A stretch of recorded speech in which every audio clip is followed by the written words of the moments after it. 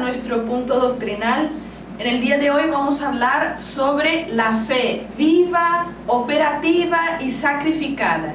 Esos son tres aspectos de cómo debe ser la fe del cristiano en medio del mundo, en medio de su familia, el papel que nosotros tenemos que ejercer como cristianos en nombre de nuestra fe, cómo debemos vivir la fe que profesamos.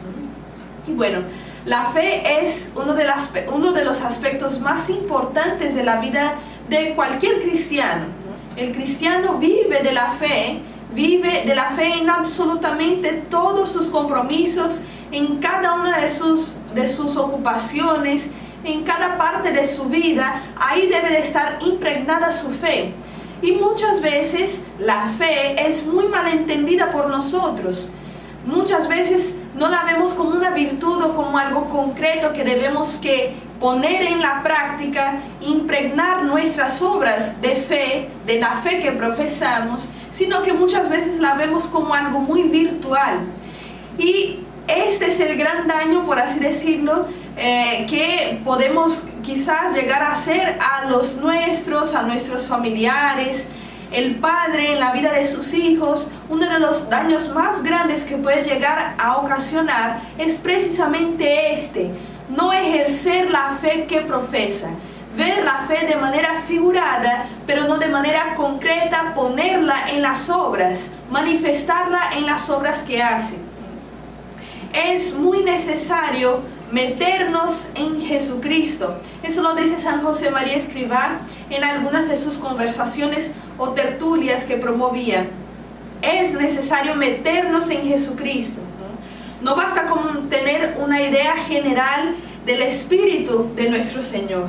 Hay que aprender de Él los detalles de su vida. Santa Teresa de Jesús enseña que una de las devociones más grandes que tenía era la humanidad de Cristo. Ver cómo reaccionaba nuestro Señor ante los problemas, ante las dificultades de los demás, ante la alegría, ante la tristeza, ante la voluntad de su Padre, ante el sacrificio, ante las prioridades. En todo esto el cristiano es llamado, es invitado a imitar a nuestro Señor, en todo aquello que pueda vivir y actuar como Él. Esta es la fe que todo cristiano tiene que aprender a materializar en todas sus obras. Pero de manera muy particular, esta es una misión trascendental, importantísima de todo padre y de toda madre de familia. Desde pequeños, nuestros hijos verán a Jesús desde nuestras obras. Lo tendrán como alguien cercano, alguien próximo, y no como un ideal lejano, en cuanto el padre, la madre de familia, sea capaz de materializar la conducta de Jesús, la fe que profesa en cada una de sus obras, en todo aquello que sea capaz de transmitir a sus hijos a través del ejemplo. A un niño, el papá y la mamá son los únicos verdaderamente capaces de transmitir la imagen de nuestro Señor como alguien que lo escucha a Él, que a Él lo comprende, que es cercano, que es alguien vivo. San Pablo en su carta a los Efesios, en el capítulo 1, versículo 10, da como una máxima a todos los cristianos para que nosotros podamos instaurar el reinado de Cristo entre nosotros, ¿no? Y bueno, en otras palabras, eso significa colocar a Cristo en la entraña de todas las cosas, es decir, en el centro de toda nuestra vida, en el centro de todas nuestras acciones. Esa tiene que ser la máxima de cualquier cristiano, pero de manera fundamental, de manera esencial, esa tiene que ser la máxima de los padres hacia los hijos. Todos nosotros como cristianos tenemos el deber de colocar a Cristo en la entraña de todas las cosas que hagamos. Pero de manera muy particular, ese es un deber insustituible, indelegable del padre y de la madre hacia los hijos. Santo Tomás de Aquino en su Suma Teológica enseña que la fe entra en nosotros a través del oído, por así decirlo, ¿no?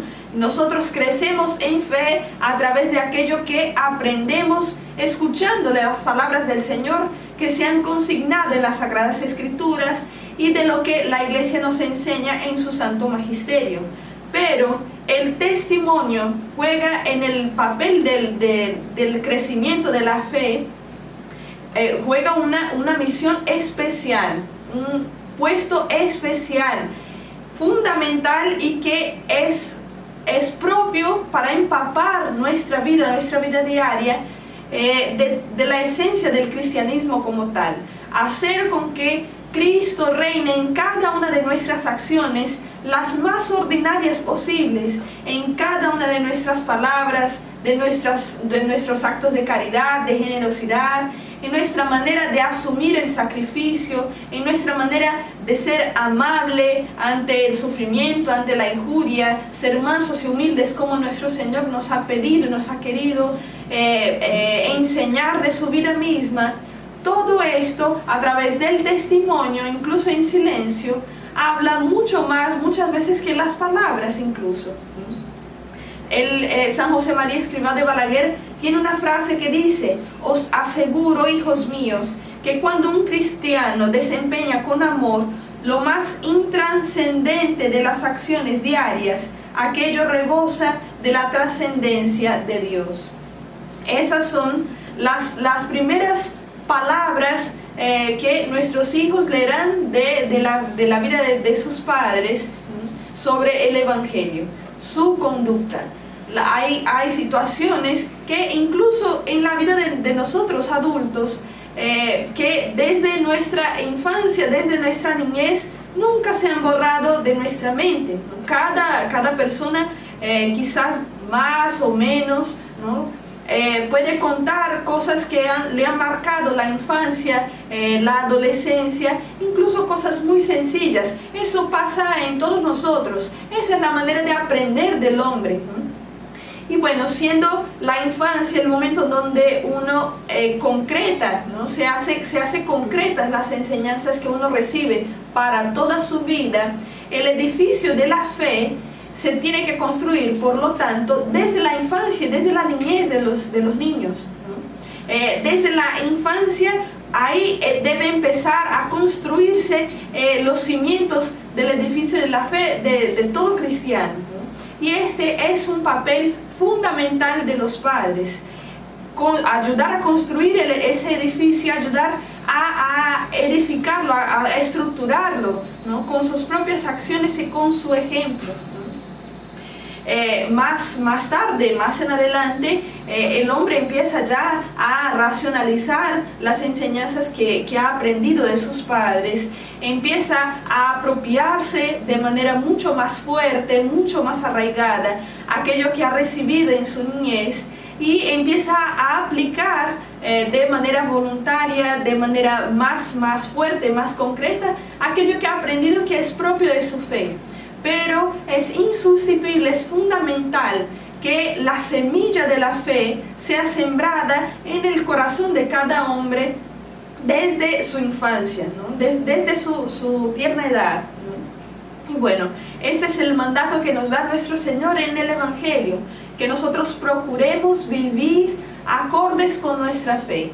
Es decir, que todas nuestras acciones, las más ordinarias, las palabras que hablamos, cómo gastamos, entre comillas, nuestro tiempo libre, cómo nos portamos ante las situaciones adversas de la vida, cómo hacemos con que el niño pueda aprender a ser generoso desde pequeño, y en todo lo que tratamos de enseñar, en todo esto tenemos que manifestar nuestra fe. El Catecismo de la Iglesia Católica enseña que la familia cristiana es evangelizadora y misionera.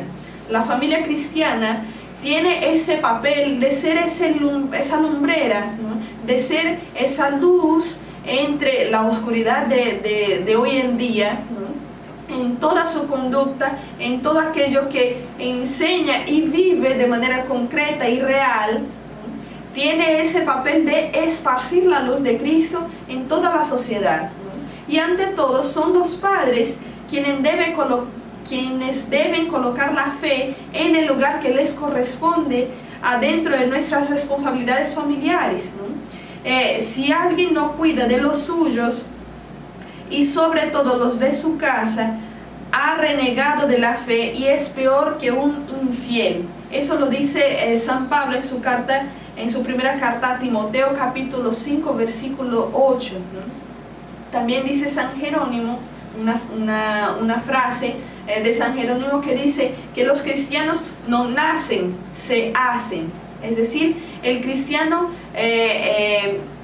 no nace perfecto del todo. El cristiano crece a la medida en que es edificado por el ejemplo que tiene alrededor. Y este es un papel fundamental de los padres. Los padres influyen en la educación de sus hijos de una manera muy particular y tienen una misión que absolutamente nadie más va a poder alcanzar, va a poder hacer y asumir, ¿no? Y esa misión fundamental es hacer crecer la semilla de la fe que cada cristiano tiene en sí mismo por medio del bautismo, a través de la vida cotidiana, a través de los actos que hacen concreta la fe que profesan en el día a día. También San José María Escrivá tiene una frase que dice: cuando tú y yo pongamos el mismo afán en los asuntos de nuestra alma, tendremos una fe viva y operativa. Enseña San José María en muchos de sus sermones de la importancia de vivir de la fe, de hacer de la fe algo concreto, algo operante, algo sacrificado, ¿no? El fruto del sacrificio del día a día, una fe verdaderamente concreta, una fe que se manifieste en nuestras obras, ¿no? Y bueno, desde muy niños los hijos captan las cosas más importantes sobre la vida de su casa, ¿no? De todo lo que acontece en su casa. Y bueno, desde muy pequeños los niños captan de sus padres qué es lo que les motiva el trabajo, ¿no? A trabajar. La recompensa en dinero, en bienes, o el bien que hacen, el bien que pueden hacer, todo lo que pueden servir a través de su trabajo, en fin, de qué manera se relacionan sus padres con las personas, con los demás, ¿no? Con las personas de adentro, de afuera de la casa. ¿Hay alguna diferencia en el trato? ¿Hay algún interés en sus relaciones? ¿O siempre se manifiesta la generosidad, la caridad, la humildad, la mansedumbre en todo lo que hacen, ¿no? ¿Cuáles son los valores que tienen sus padres? ¿Cuáles son las prioridades que tienen? ¿De qué valores y de qué principios se guían para actuar, para aconsejar? En fin, todo esto el niño es capaz de archivar, por así decirlo, en sí mismo y llevar quizás hasta cierto punto de manera inconsciente en su vida, pero que muy particularmente de ahí en adelante estas van a ser las bases de sus propias acciones más en adelante, ¿no? Esta, por lo tanto, es la responsabilidad del padre y de la madre de familia: formar cristianos, formar santos, formar verdaderas células de la iglesia.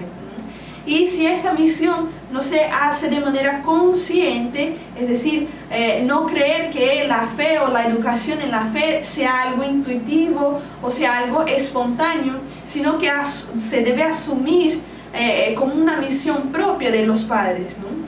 En la medida en que esto se haga, necesariamente los frutos de ese sacrificio por hacer que la fe se vea de manera viva, sacrificada, operante, ¿no? en la vida de la familia como un todo, ¿no? En esta misma medida se forma en la fe, ¿no? Y bueno, de ahí parte el hecho de que de forma sutil, pero de forma marcada, de forma concreta, estas enseñanzas van haciendo, van tomando lugar en la vida de los hijos y van formando el carácter, van formando la voluntad, van formando los valores, van formando los principios, se van aprendiendo, ¿no? Aquello que es fundamental en la vida, a partir de las cosas sencillas que el padre, que la madre hacen, pero que a través de ellas, de manera consciente, tratan de transmitir los valores de su propia fe. Somos en verdad los primeros mensajeros del Evangelio ante los hijos. Un ministerio de evangelización original e insustituible que asume las características típicas de la vida familiar hecha como debería estar, de amor, sencillez, concreción y testimonio cotidiano, dice San José María Escrivá.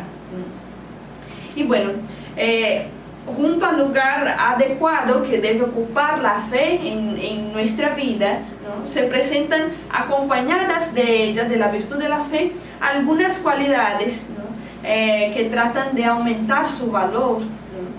Y bueno, son 4 palabras clave sobre las cuales vamos a hablar en medio de esta conferencia, ¿no? La fe debe ser a la vez viva, operativa, humilde y sacrificada, ¿no? Se debe mantenerla viva en el fondo del alma, ¿no?, y vibrante realmente en cada una de nuestras acciones manifestada, ¿no? Además, debe la fe llevar una respuesta operativa ante los sucesos de la vida, es decir, una fe puesta en la práctica. Debe ser nuestra fe también tanto realista como humilde, como sencilla, es decir, empapar las acciones más sencillas del día a día, y sin reparar las ofensas que sufre, ¿no? Esta sería la característica sacrificada que debe asumir nuestra fe. Por medio de estas características fundamentales, nuestra fe no queda solamente en un concepto, en una idea, sino en una misión que se asume ante la sociedad y ante aquellos que están más cerca de nosotros, para hacer germinar esa semilla de mostaza que nuestro Señor habla en el Evangelio, que es tan pequeña que se confunde con absolutamente todo, pero es capaz de transformarse en una mata muy grande, ¿no? Asimismo, como para sembrar algo se necesita fertilizante, agua, nutrientes para la tierra, para hacer con que esa semilla que es tan pequeña pueda asumir proporciones grandes, ¿no? También en nuestra vida de fe, también necesitamos fertilizar, por así decir, esta semilla que se ha depositado en nuestra alma por medio del bautismo, a través de 2 aspectos muy importantes. Son ellos la vida de piedad y la vida de la sana doctrina. La piedad y la doctrina son lo que forman la fe y hacen con que ella, tomando cuerpo, pueda verdaderamente hacer su deber de manera eficaz, ¿no?, en nuestra misión de educar, ¿no?, de educar en la fe. Una verdadera doctrina que alimenta todas nuestras acciones, nuestro entendimiento, y una verdadera piedad que sería en este caso la manera práctica, ¿no?, de poner la fe, la manera de poner la fe en práctica, la manera de poner la fe en cada una de nuestras acciones. La doctrina que nos ilumina y la piedad que nos ayuda a actuar conforme la fe que profesamos, ¿no? Y bueno, con facilidad un padre, una madre puede reprochar a sus hijos sobre el desgano para el estudio de ciertas materias que le cuesten, ¿no? Pero también nosotros pasamos quizás años y años sin profundizar en las verdades de nuestra fe. No es un hábito, tristemente, del cristiano de manera general, estudiar, buscar, saber y conocer de su fe, del catecismo de la Iglesia Católica, de tantos documentos que la Iglesia tiene y de que tratan de edificar, dar normas, dar direcciones para la vida del cristiano como un todo, en cada uno de los aspectos, en sus afectos, en sus bienes, en su conducta moral, en absolutamente todo, ¿no? Y tantas cosas que la Iglesia trata de hacer para dirigir el actuar del hombre y que tristemente nosotros no conocemos y no profundizamos. Reprochamos a los hijos por la falta de responsabilidad que pueden llegar a tener al asumir ciertos compromisos de manera inadecuada en sus vidas, pero también nosotros somos capaces de negligenciar quizás cosas mucho más importantes, quizás cosas que son verdaderamente sustanciales para nuestra vida, para la vida del alma, ¿no? Marginamos tristemente cuestiones esenciales para vivir, ¿no? Somos muy prontos y muy rápidos para poder señalar la falta de compromiso de nuestros hijos en ciertas cosas que asumen ellos en sus vidas, pero eso muchas veces pasa precisamente porque no tienen ellos un modelo a seguir en sus padres, no tienen ellos un modelo a seguir, sobre todo en las cosas más importantes de la vida, que son los asuntos del alma, ¿no? Es lógico, por lo tanto, que quien difunde el error se esfuerce para hacerlo digerible, por así decirlo, ¿no? La búsqueda por la sana doctrina es esencial aquí porque, por ejemplo, una persona que quiere esparcir sus errores, ¿no? Como un buen plato, ¿no? que si se ve muy bien dispuesto, muy bien presentable, es muy fácil de que todos accedan a él, aunque el alimento sepa mal o incluso entre él se esté disfrazando un veneno, ¿no? Asimismo, la mala doctrina puede llegar a esparcirse y por su presentación, por así decirlo, muchas veces se hace tan agradable que la mayoría de personas acceden a ella, ¿no? Y accediendo a una mala doctrina, esta mala doctrina empaña todas sus acciones y bueno, hacen con que se esparza, por así decirlo, este mal ejemplo, ¿no?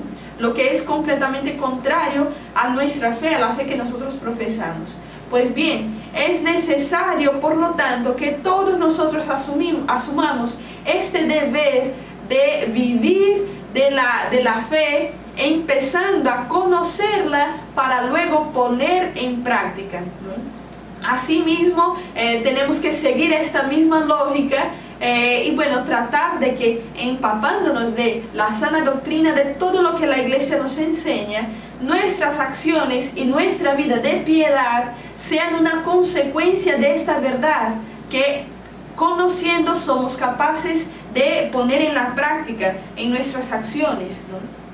Y bueno, el afán por adquirir la ciencia teológica, ¿no? La buena y firme doctrina cristiana, está movido este afán en primer término por el deseo de conocer y amar a Dios. Eso es algo fundamental.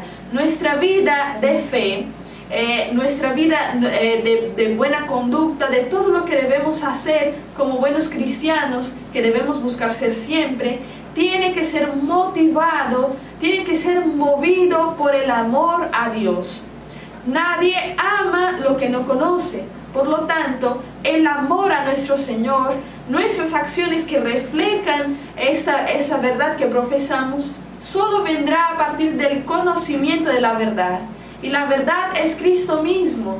Todo lo que es verdad es Él. Él ha dicho de sí mismo que era la verdad. Por lo tanto, nuestra vida de piedad y de doctrina tiene que estar motivada necesariamente por el deseo de conocerlo, para que conociéndolo podamos amarlo y amándolo podamos servirlo en cada una de nuestras obras. Y debemos conocerlo precisamente de la fuente misma de su vida, de nuestra vida de piedad hacia las Sagradas Escrituras, hacia cada uno de los documentos de la Iglesia, de todo lo que la Iglesia predica en sus 2000 años de historia y de fundación, y que es propio para cada una de las partes más importantes de nuestra vida. Es esa manera de buen guiar el hombre para que, bien guiado, pueda llegar al feliz término de su vida, que es Dios mismo, el encuentro con Dios mismo. Y bueno, de esta sana doctrina que nosotros nos alimentamos, somos capaces de alimentar a los demás, los que están alrededor, a través del buen ejemplo, ¿no? Y bueno, la fe es tanto, la práctica de la fe es tanto un deber como un privilegio, ¿no? Para la vida del cristiano, para la vida del hombre y de la mujer cristiana que tienen un compromiso con su fe. No es solamente un deber imperante, porque así lo es el hecho de que tenga que alimentar a aquellos que dependen de él, de la fe que él profesa, sino que también este es un privilegio grandísimo, ¿no? Una gracia que todos nosotros hemos recibido y que tenemos que vivir de manera coherente con ella, ¿no? Dice San Juan Pablo II en una homilía del año 1979: vuestro primer deber y vuestro mayor privilegio es el de transmitir a vuestros hijos la fe que vosotros recibisteis de vuestros padres. El hogar debería ser la primera escuela de religión, así como la primera escuela de oración. Es decir, doctrina y piedad. La vida de doctrina y la vida de oración, de piedad. Como nosotros sabemos, nuestra filiación divina nos es otorgada a través del bautismo, ¿no? Nos es dada por la Santísima Trinidad a través del sacramento del Santo Bautismo. De ahí que es necesario buscar que sea administrado ese sacramento cuanto antes a todos los hombres, ¿no? Para ser librados del poder de las tinieblas y ser trasladados al dominio de la libertad de los hijos de Dios, nos dice el Catecismo de la Iglesia Católica, ¿no? En el numeral 250. Por lo tanto, ese es un deber imperante del padre, de la madre en la vida de los hijos. Retrasar el bautismo supone la omisión de un deber grave del padre, de la madre en sus hijos, así como también es deber nuestro en cuanto cristianos de instruir a quienes estén en nuestro alrededor de que el bautismo no es algo accesorio en la vida del cristiano, no es algo que incluso se deba retrasar por algunos años y por tantas cuestiones que muchas veces se llegan a imponer, anteponer antes del sacramento como tal, ¿no? Bueno, no faltan quienes parece se olvidan o llegan incluso a despreciar la corriente redentora de la gracia de Cristo, ¿no?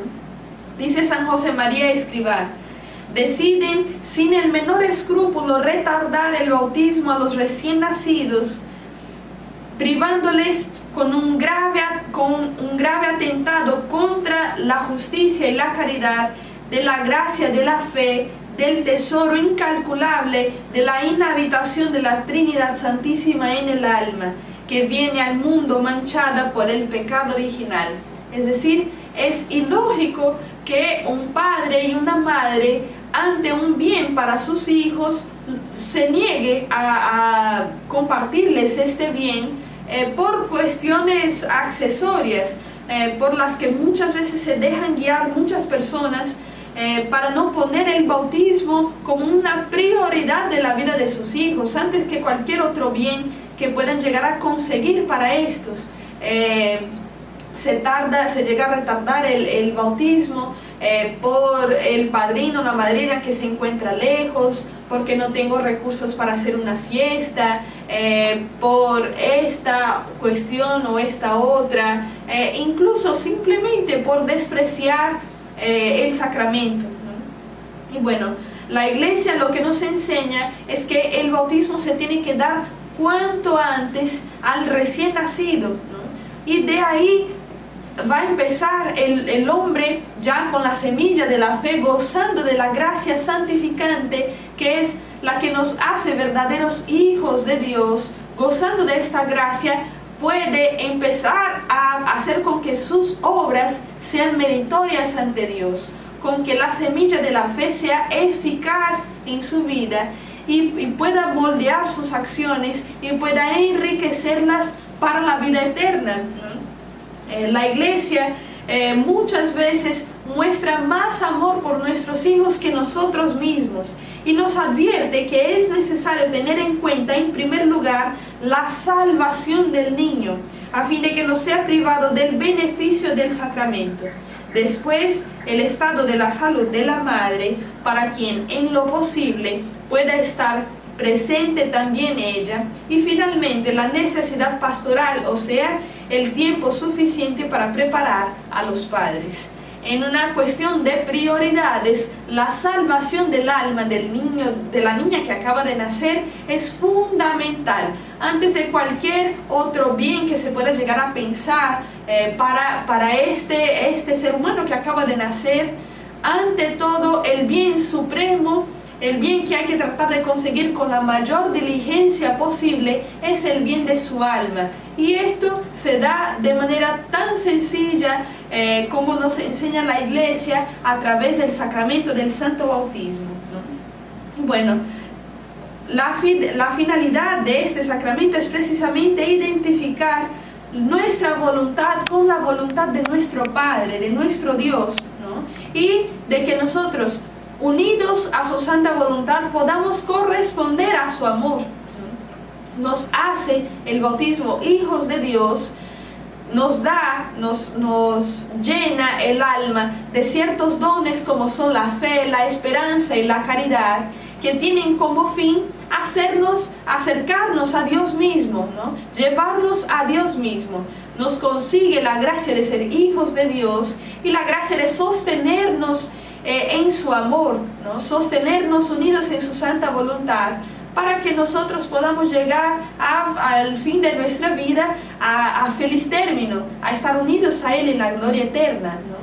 Y este bien tan grande, tan supremo, se consigue a través del sacramento del Santo Bautismo.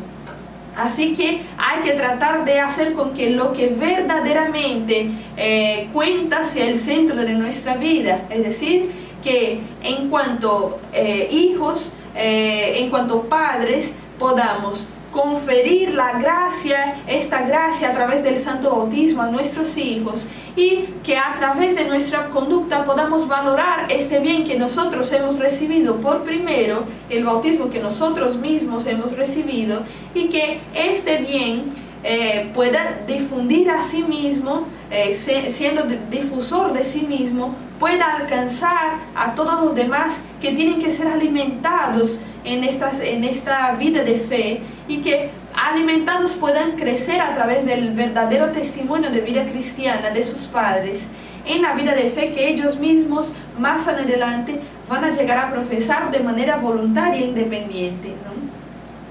Y bueno, es frecuente ver cómo las buenas madres insisten a los hijos desde muy pequeños en que tienen que querer mucho a Jesús. Y bueno, esta es una práctica maravillosa, no espléndida, pero quizás antes está la necesidad de mostrar todo lo que Jesús les quiere, ¿no? A ellos. Hay que tratar de catequizar a los hijos, haciendo con que ellos puedan entender que nuestro Señor es una persona, que es una persona cercana y que es una persona que los ama, ¿no? Que más allá de un deber, el hecho de crecer en las verdades de la fe, de conocerlas, más allá de un deber vacío, trátase aquí de una correspondencia a un amor primero que hemos recibido de Dios, y que como fieles hijos suyos tenemos que tratar de corresponder. Bueno, nuestra manera de corresponder más fielmente al amor de nuestro Padre es tratando de vivir la vida de Cristo en nuestra propia vida, ¿no? Por lo tanto, nuestros hijos tienen que empezar a ser catequizados a través del amor, que quede muy claro a través de nuestras acciones, a través de lo que nosotros, del rostro de Dios Padre que nosotros manifestamos a nuestros hijos. Hay que quedar muy claro que nuestra conducta siempre va a ser una respuesta de amor hacia aquello que hemos recibido de Dios mismo, en la persona de Cristo, en su pasión y en su cruz por nosotros, ¿no? Y bueno, nuestros hijos son como una cera muy fácil de moldear, ¿no? En la edad en que se encuentran, ¿no? Muy pequeños, son ellos capaces de recibir impresiones de manera mucho más sensible. Es mucho más difícil que alguien ya grande, ya adulto, ya con tanta independencia, por así decirlo, se deje alcanzar de manera tan dócil a las enseñanzas que debió haber recibido desde niño, ¿no? Bueno, por lo tanto, esa es la edad que el padre y la madre tienen que tratar de aprovechar para hacer con que las enseñanzas de la fe, de aquello que es trascendental, de aquello que es primordial en la vida de todo cristiano, el padre y la madre tienen ese deber de aprovechar esta edad para hacer con que cada uno de esos principios de esta vida de piedad sea plasmada precisamente ahí, aprovechar ese momento perfecto, por así decirlo, ¿no? Bueno, también San José María Escrivá, hablando en una de sus conversaciones, en una de sus tertulias, ¿no?, con los presentes, llega a decir: yo sigo rezando por la mañana y por la noche y en voz alta las oraciones que aprendí cuando era niño de labios de mi madre. Me llevan a Dios, me hacen sentir el cariño con que me enseñaron a dar mis primeros pasos de cristiano.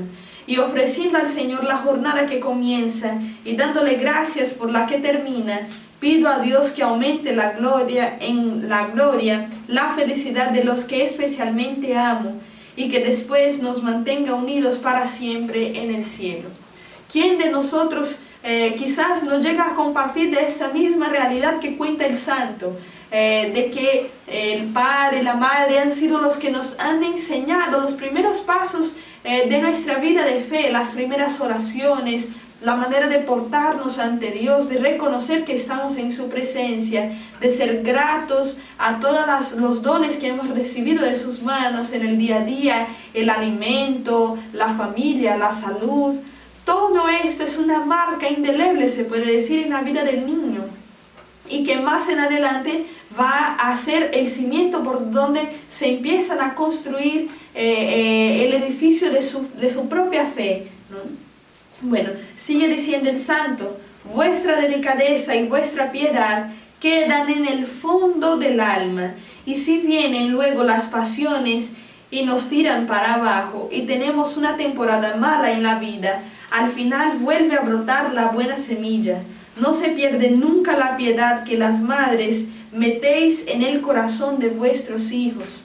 Es decir, más allá de que más en adelante el hombre pueda llegar a tener contacto con todo aquello que puede configurarse como un enemigo de su alma, aquello que es sedimentado en el alma del niño, verdaderamente va a constituirse esta buena semilla de que habla el santo, y que llega a guiar nuestras acciones independiente de nuestras pasiones, independiente de la influencia del mundo, independiente de las influencias exteriores, precisamente porque es algo que se construye adentro del alma, algo que se construye adentro de su entendimiento, algo que guía directamente su voluntad y que muy difícilmente va a caerse, va a ruirse delante de tantas amenazas que, aunque sean tan verdaderas, tan grandes, son siempre exteriores, ¿no? Y pierden fuerza ante una fe bien construida, bien estructurada, bien alimentada por esta vida diaria que se vive en un hogar cristiano, verdaderamente cristiano, ¿no? Y bueno, hay prácticas de piedad que son propias de la vida de familia y que, aunque sean muy sencillas, son esenciales para formar a los hijos en la fe, ¿no? Y bueno, esas prácticas de piedad, que aunque sean pocas, aunque sean breves, si son llevadas de manera habitual, son maravillosas, tienen efectos maravillosos en la vida de los hijos, ¿no? No es un detalle y no queda solamente en el momento, por ejemplo, la bendición de la mesa, la acción de gracias después de tomar los alimentos, el rezo del Santo Rosario todos juntos, a pesar de que no faltan, ¿no?, estos elementos, y a pesar de que, bueno, en estos tiempos muchas veces son subestimados. Aunque sean pequeños, aunque sean cortos, aunque sean muy sencillos, siempre forman una solidísima vida de piedad hacia nuestro Señor, ¿no? También es un aspecto importantísimo la verdadera devoción a nuestra Madre Santísima. Mientras más cercanos seamos a ella, más forma ella y trabaja ella en el interior nuestro. Así que estas prácticas de piedad, como un acto de consagración a nuestra Madre Santísima durante el día, la entrega hacia ella, el rezo del ángelus en familia, el consagrar las comuniones que se hagan a ella, así sea una Ave María antes de acostarse. Todas esas cosas son formativas, son vida de fe verdaderamente en la vida de los hijos y son esenciales. Son precisamente ellas que van a señalar lo que más en adelante va a ser la fe de cada uno de ellos de manera sólida, de manera eficaz, ¿no? Hay quienes atacan todas estas prácticas de piedad, ¿no? Por su sencillez, por los tiempos modernos, donde ya entre comillas no se encajarían estas devociones que son tan sencillas. Bueno, son siempre ataques, ¿no? Contra lo que es más sencillo, aunque el mismo Señor ha garantizado, nos ha dicho en el Evangelio, que el Evangelio es de los sencillos, es de los niños. El reino de los cielos es de los que tienen un corazón de niño, un corazón de alguien sencillo, de alguien confiado en su Padre, de alguien que verdaderamente espera de Dios todo, incluso en estos momentos tan pequeños. Por lo tanto, nuestra vida de fe y nuestra vida de piedad tiene que sedimentarse y no puede obviar esas prácticas que, aunque son tan sencillas, hablan tanto y en sí mismas son tan maravillosas, tan poderosas, por así decirlo, ¿no? Bueno, de esta manera es con que se hace que la fe sea algo natural en la vida de los nuestros, que la fe no sea algo impuesto, sino una práctica del día a día, ¿no? Bueno, en una ocasión una madre cristiana, ¿no? Ha preguntado a San José María cómo hacía para hacer entender a sus hijos que deberían ir a Santa Misa. Preguntaba ella un poco angustiada si debería obligarlos a ir a Santa Misa, ¿no? Y bueno, el santo, San José María Escrivá, le contesta, ¿no? De que el papel de la madre aquí sería indicar con toda verdad, formar el entendimiento del hijo sobre la gravedad de faltar al compromiso de la Santa Misa. Habiendo formado y trabajado en la vida de piedad y de doctrina de este hijo desde su tierna edad hasta el momento en que adquiera un poco más de independencia y puede elegir por sí mismo su vida, sus acciones y asumir por lo tanto las consecuencias de estas. El deber de la madre aquí sería tratar de recordar aquello que había recibido, aquello que había dado a su hijo, en lo que le había formado, en este caso el deber imperante de vivir la Santa Misa, de oír la Santa Misa de manera devota, sobre todo en los domingos y fiestas de guardia, ¿no? De la iglesia. Y bueno, indica el santo que aquí el deber primordial de la madre y del padre son estos: iluminar el entendimiento, hacer con que vean y entiendan sus hijos que faltar a este deber sería una ofensa grave al Señor, tratando de hacerles entender de que no es solamente un precepto que hay que seguir, el oír Santa Misa, sino hacer ver que este es un bien para su propia alma, es el alimento de su propia alma, el vivir la Eucaristía. Pero enseña él que no puedes, enseña el santo a esta buena madre, no puedes obligar a tus hijos mayores a cumplir por la fuerza de las obligaciones religiosas. No debes cogerles por las orejas y decirles: te llevo a misa, porque aunque materialmente les lleves a la iglesia, si no quieren oír la misa, no oyen la misa. Aquí el santo trata de indicar que mucho más importante siempre será formar el entendimiento, formar en la doctrina, formar en la verdad, para que las acciones de este niño, cuando ya sea mayor, cuando ya sea independiente, sean guiadas por este entendimiento ya alimentado por la verdad, ¿no? Sigue el santo diciendo: que sepan que hacen mal y que ofenden a Dios, y que le ofenden gravemente si no cumplen sus obligaciones en materia grave.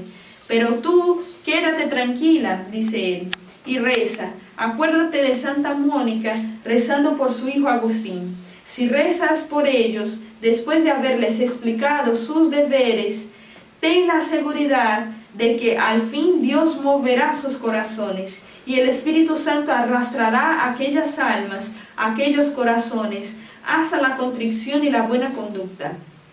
Quédate tranquila que eres una madre cristiana, decía él.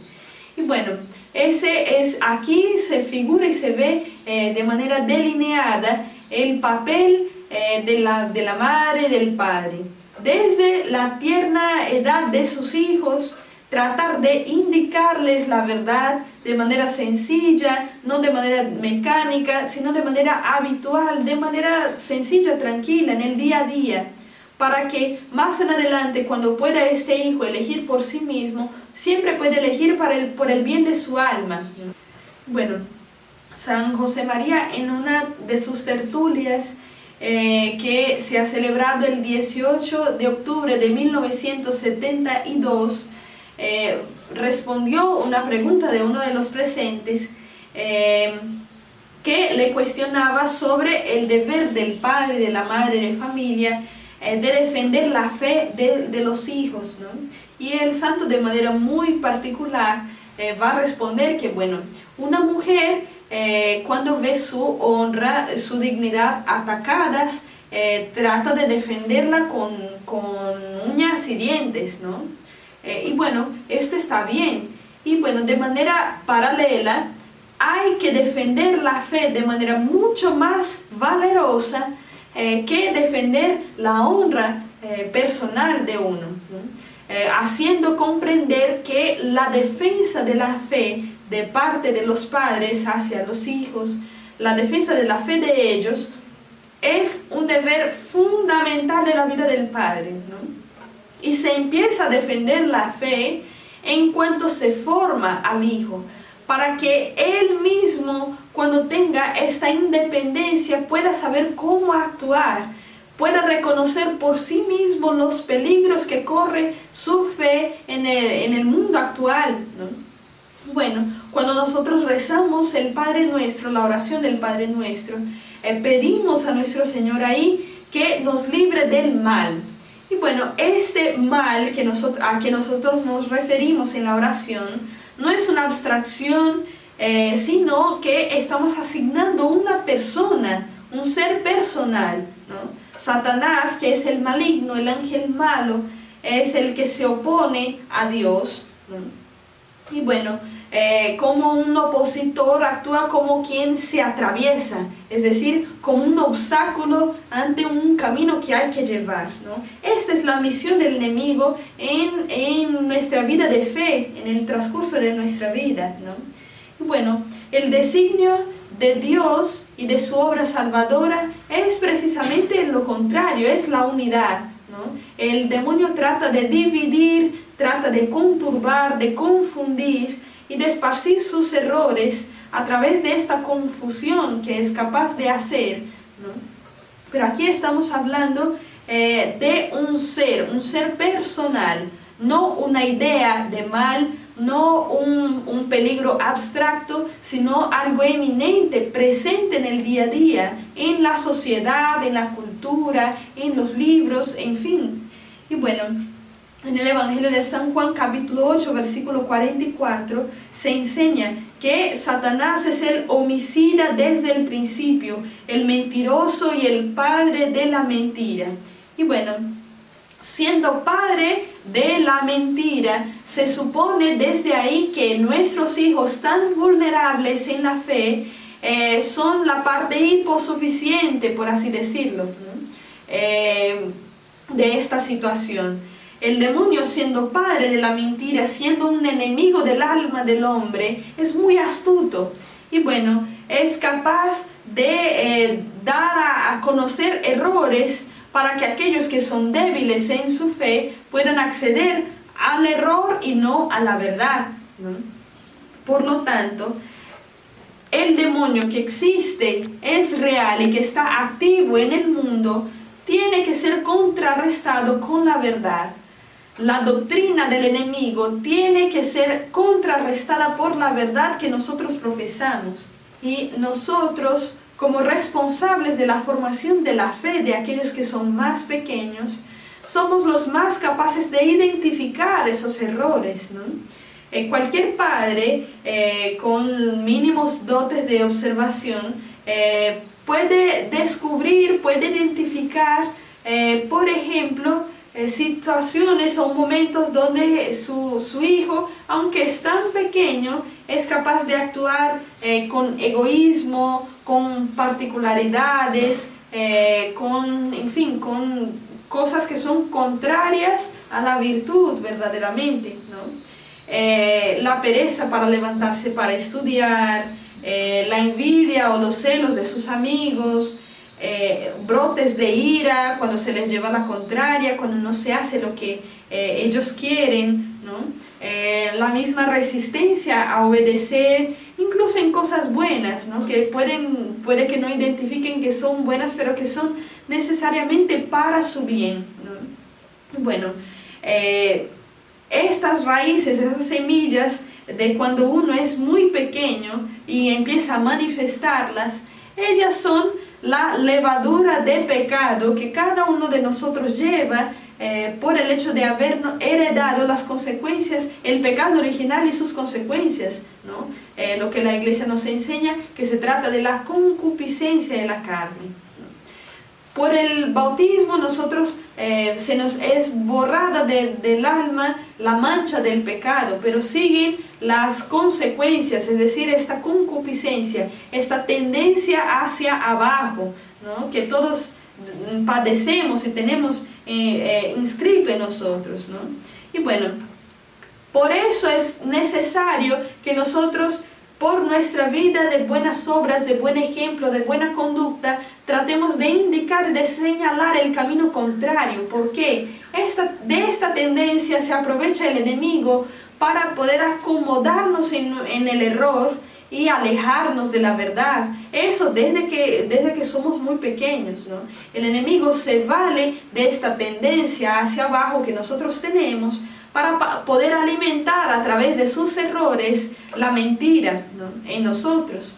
Y bueno, esta mentira también puede alcanzar a nuestros hijos en su más tierna edad. Por lo tanto, es muy necesario enseñar desde que sean muy pequeños ellos a que tienen que pedir perdón, a que tienen que acudir con generosidad y con humildad al sacerdote, ¿no? Para poder confesarse, siempre y cuando su conciencia sea madura lo suficiente para poder identificar que tal acción está mala y que se tiene que pedir perdón a Dios y a quien he ofendido, y que tengo que reparar esta culpa, reparar esta falta, ¿no? Esto con el fin de formar su conciencia de manera recta antes de que las fuerzas de las pasiones lo sedimenten en el mal, en la mentira, ¿no? Y bueno, San José María, que era poco dado a hablar de cuestiones personales, allana su pudor cuanto puede, ¿no? Para reforzar una idea de que hay que calar en los padres, ¿no? Él evocaba cómo su propia madre lo llevó a confesarse cuando él tenía tan solo 6 años, y con qué cariño recordaba cómo lo acogió el sacerdote en esta situación, ¿no? No es verdad lo que muchas veces se dice, que los niños sufren un shock o que esto es demasiado imponiente para sus conciencias y todo lo demás. El hecho de hacer con que el niño se confiese en su más tierna edad, apenas identifique tal o cual situación como algo malo en sí, ¿no?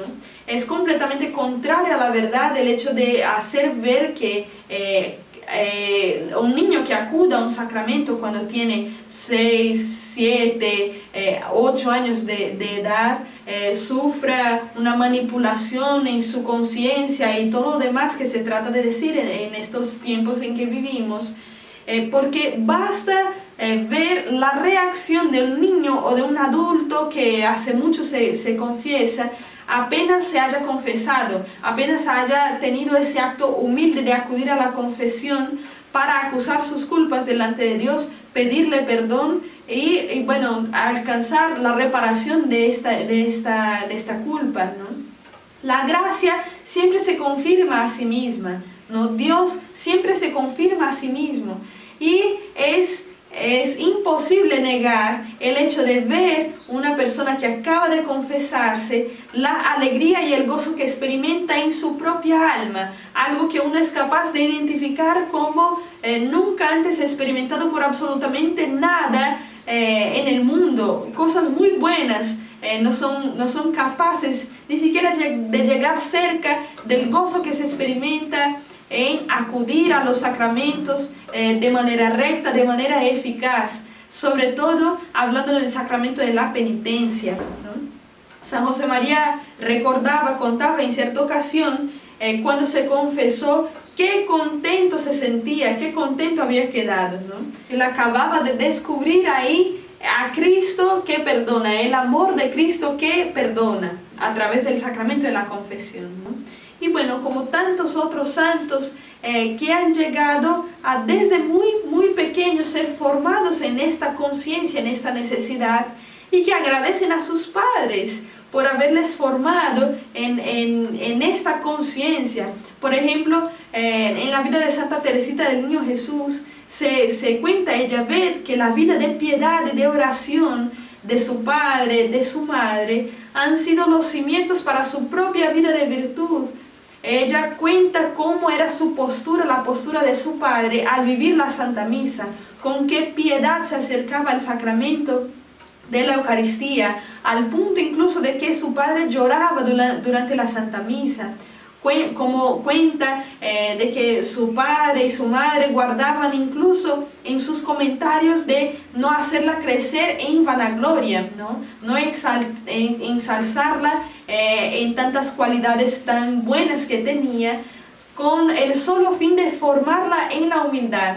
Así como trataban de que entendieran de que los bienes que la familia de muy buenas condiciones gozaba, de que estos bienes no eran todos, sino que trataban de hacerles ver a sus hijas que lo esencial de sus vidas era Dios mismo.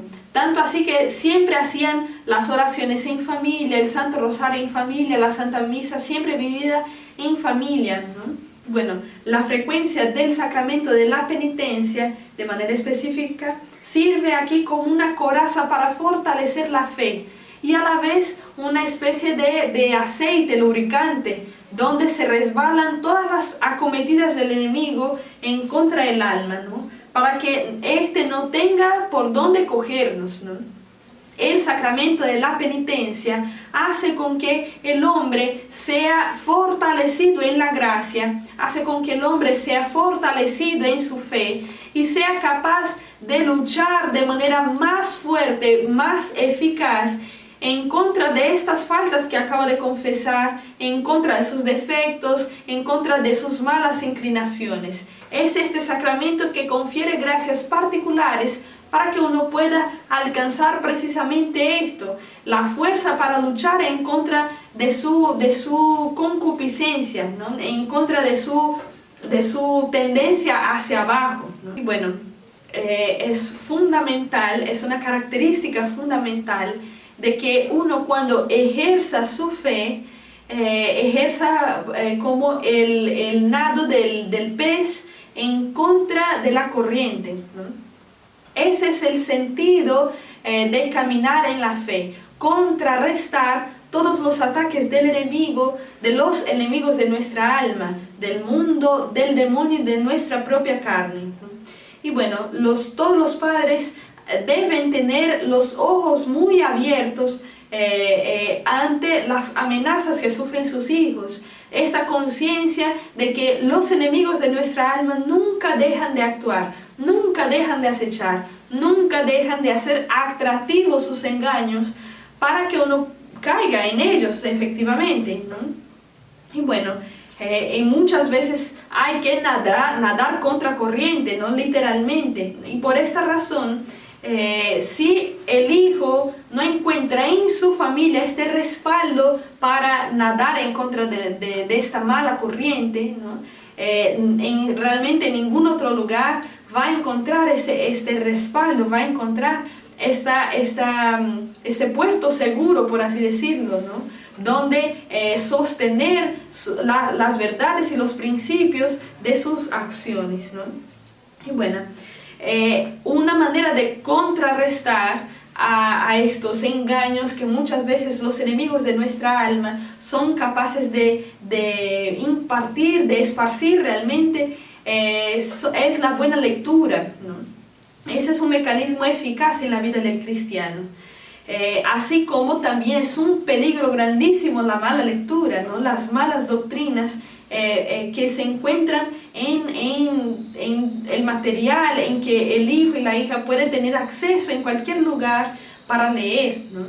Y muchas veces estos piensan que pueden leer todo, pues tienen suficiente edad para hacerlo, y sin darse cuenta, se trata de traer hacia adentro ciertos criterios realmente malos, ¿no? El autor del libro no tiene suficientes recursos para hacer con que las cosas que quiere plasmar y quiere difundir ahí sean tragadas, por así decirlo, de la manera más sencilla posible, ¿no? Aunque estas sean un engaño muchas veces. Y bueno, antes de comprar un libro para los hijos, antes de verdaderamente exponerlos, por así decirlo, a cualquier lectura que no sea propiamente cristiana, pero que quizás pueda parecer edificante, antes siempre se aconseja pedir la indicación de un sacerdote que conozca realmente nuestra alma, que conozca qué tanto bien, qué tanto fruto se sacará de ahí, ¿no? Así como, por ejemplo, una persona que entra en una farmacia y empieza a consumir todos los medicamentos que hay ahí, ¿no? Aunque estos no sirvan necesariamente para la enfermedad que tienen, pasan de ser remedio de algo bueno para ser incluso veneno, ¿no? Por eso es muy necesario, bueno, acudir a alguien que sepa, que tenga propiedad de ciertos temas y que nos puedan indicar de la manera más concreta posible en aquello que sea para el bien de nuestra alma, ¿no? Y por fin, como no podía ser distinto, hay que señalar la importancia de la oración para nuestra vida de fe y de piedad, ¿no? Es necesario rezar, es necesario aprender a rezar y a rezar bien para que nuestra fe y todo aquello que nosotros enseñamos de la fe sea verdaderamente fructífero, sea verdaderamente eficaz en la vida de los hijos y en la vida de la familia como un todo, ¿no? Decía San José María Escrivá: si no hacéis de los chicos hombres de oración, habéis perdido el tiempo, ¿no? Literalmente, si toda la enseñanza, toda la buena doctrina que es capaz de ser enseñada, ¿no? Por los padres, en fin, si no se sedimente la vida de oración, si no encuentra en la vida de oración un respaldo, verdaderamente no sirve de nada, ¿no? Así como es necesario para una semilla, muchas veces que no se encuentra en un ambiente propicio para nacer, ¿no? Que sea trasplantada, que sea regada, que sea cultivada, que se le eche abono para que pueda crecer y para que pueda fructificar. Asimismo, aquello que ya existe y que es verdad en el alma, ¿no? Que es la virtud de la fe dada por nuestro Señor en el Santo Bautismo a cada uno de nosotros, y las enseñanzas que en el día a día se cultivan en la vida de nuestros hijos. Todo esto es necesario que sea cuidado, que sea respaldado por la oración, que es lo que hace con que el Espíritu Santo pueda actuar en nosotros y pueda hacer vida, pueda impulsarnos con su gracia al bien, a la verdad, verdaderamente, ¿no? Nuestro Señor nos ha dicho que sin su gracia no podemos hacer nada, sin Él nada podemos hacer. Esta es la realidad de la vida de la gracia. Todo aquello que nosotros vivimos, que nosotros aprendemos, que nosotros tenemos en nuestro entendimiento, la gracia es lo que da vida, la gracia es lo que hace meritorio delante de Dios. La gracia es lo que hace con que todo esto nos lleve a Dios de manera eficaz, de manera verdadera. Y esta gracia se nos viene a través de la vida sacramental, pero de manera fundamental e insustituible de la vida de oración. Y muchas veces, como buenos padres y buenas madres, somos muy capaces de acudir a la oración en las situaciones de emergencia, pero es necesario aprender a rezar también en las temporadas de bonanza. También en los momentos de alegría es necesario aprender a rezar y rezar siempre. Debemos rezar, debemos aprender a rezar y sobre todo debemos enseñar a rezar. Identificar, señalar en la vida de nuestros hijos la importancia de la oración. Hacerles ver y hacerles comprender que la vida de oración es insustituible, que la vida de oración es insustituible, así como la vida de gracia es insustituible en la vida del cristiano. Así como la vida de gracia es lo que nos hace verdaderamente cercanos a Dios, lo que nos forma en esa identidad de Cristo, como debe ser todo cristiano que lleva este nombre, es la vida de gracia que juega este papel fundamental. Es precisamente el de formar aquello que nosotros hemos recibido y aprendido en la fe, ¿no? Dar vida a todo aquello que ya hace parte de nuestra vida, ya lo tenemos en nuestro entendimiento, pero que por tantas razones, por nuestra naturaleza caída, es tan difícil de poner en la práctica. El auxilio divino, que es fundamental y que es esencial para nuestra santificación, se nos viene precisamente a través de la vida de oración.